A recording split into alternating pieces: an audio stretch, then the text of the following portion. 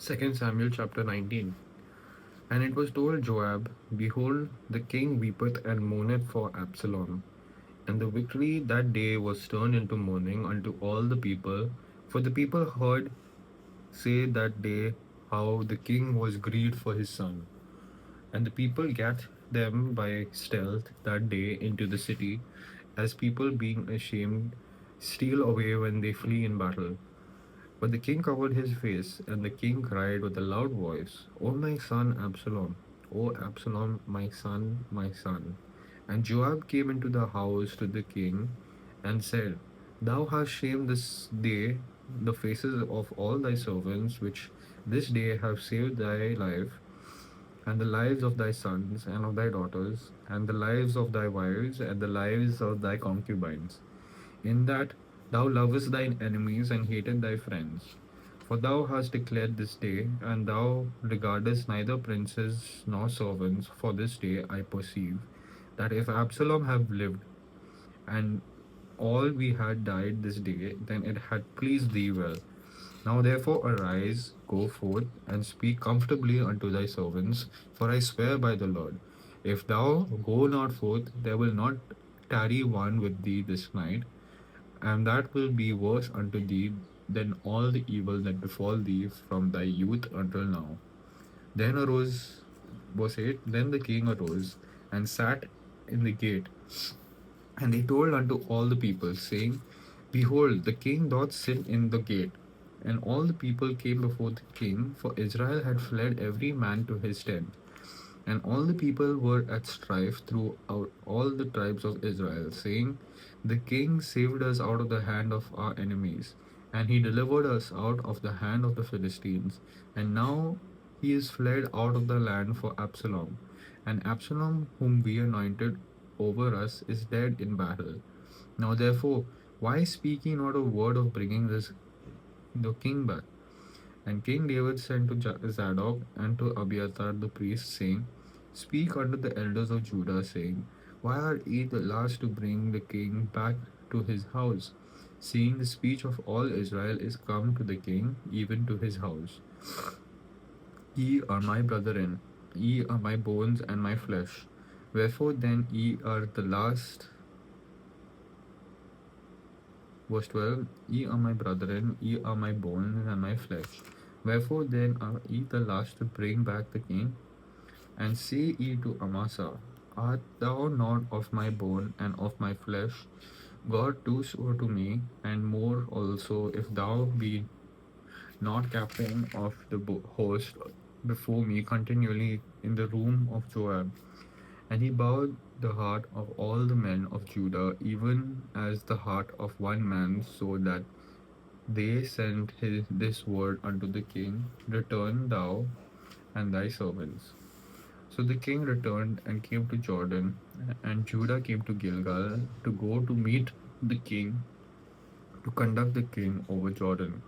And Shimei, the son of Gera, a Benjamite, which was of Bahurim, hasted and came down with the men of Judah to meet King David. And there was 17, and there were 1,000 men of Benjamin with him, and Ziba, the servant of the house of Saul, and his 15 sons, and his 20 servants with them. And they went over Jordan before the king. And there went over a ferry boat to carry over the king's household, to do what he thought good. And Shimei, the son of Gera, fell down before the king as he was come over Jordan, and said unto the king, Let not my lord impute iniquity unto me, neither do thou remember that which thy servant did purposely to the. Verse 19, and said unto the king, Let not my lord impute iniquity unto me, neither do thou remember that which thy servant did purposely the day that my lord the king went out of Jerusalem, that the king should take it to his heart. For thy servant doth know that I have sinned. Therefore, behold, I am come the first this day of all the house of Joseph to go down to meet my lord the king. But Abishai the son of Zeruiah answered and said, Shall not Shimei be put to death for this, because he cursed the Lord's anointed? And David said, what have I to do with you, ye sons of Zeruiah, that ye should this day be adversaries unto me? Shall there any man be put to death this day in Israel? For do not I know that I am this day king over Israel? Therefore the king said unto Shimei, thou shalt not die. And the king sware unto him.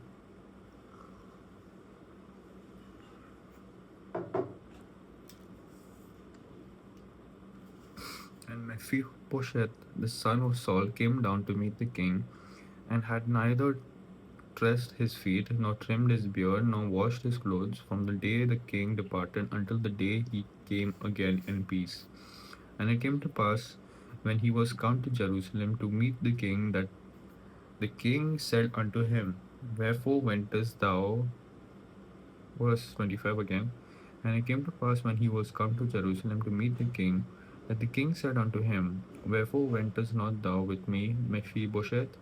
And he answered, my lord, O king, my servant deceived me. For thy servant said, I will saddle me an ass, that I may ride thereon, and go to the king, because thy servant is lame. And he hath slandered thy servant unto my lord the king. But my lord the king is an angel of God. Do therefore what is good in thine eyes.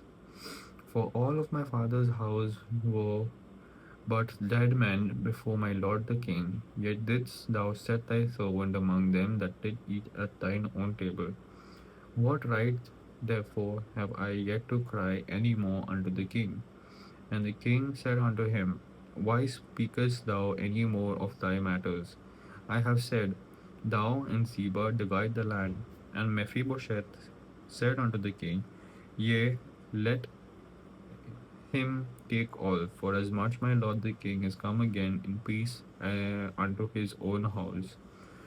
And Barzillai the Gileadite came down from Rogelim and went over Jordan with the king to conduct him over Jordan. Now Barzillai was a very aged man, even fourscore years old, and he provided the king of sustenance while he lay at Mahanaim, for he was a very great man. And the king said unto Barzillai, come thou over with me, and I will feed thee with me in Jerusalem. And Barzillai said unto the king, how long have I to live, that I should go up with the king unto Jerusalem? I am this day fourscore years old, and can I discern between good and evil? Can thy servant taste what I eat or what I drink? Can I hear any more the voice of singing men and singing women? Wherefore then should thy servant be yet a burden unto the law unto my lord the king? Thy servant will go a little way over Jordan with the king, and why should the king recompense it me with such a reward? Let thy servant, I pray thee, turn back again, that I may die in my own city, and be buried by the grave of my father and of my mother. But behold thy servant Chimham, let him go over with my lord the king, and do to him what shall be good unto thee. And the king answered, Chimham shall go over with me, and I will do to him that which shall be. Verse 38. And the king answered and said, wait.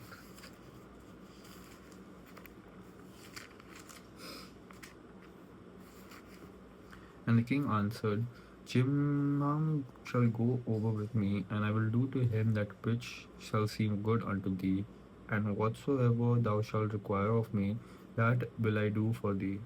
And all the people went over Jordan, and when the king was come over, the king kissed Barzillai and blessed him, and he returned unto his own place. Then the king went on to Gilgal, and Chimham went on with him, and all the people of Judah conducted the king, and also half the people of Israel. And behold, all the men of Israel came to the king and said unto the king, why have our brethren, the men of Judah, stolen thee away, and have brought the king and his household and all David's men with him over Jordan? And all the men of Judah answered the men of Israel, because the king is near of kin to us, wherefore then be ye angry for this matter? Have we eaten at all of the king's cost, or hath he given us any gift? And the men of Israel answered the men of Judah and said, We have 10 parts in the king, and we have also more right in David than ye. Why then did ye despise us, that our advice should not be first had in bringing back a king? And the words of the men of Judah were fiercer than the words of the men of Israel.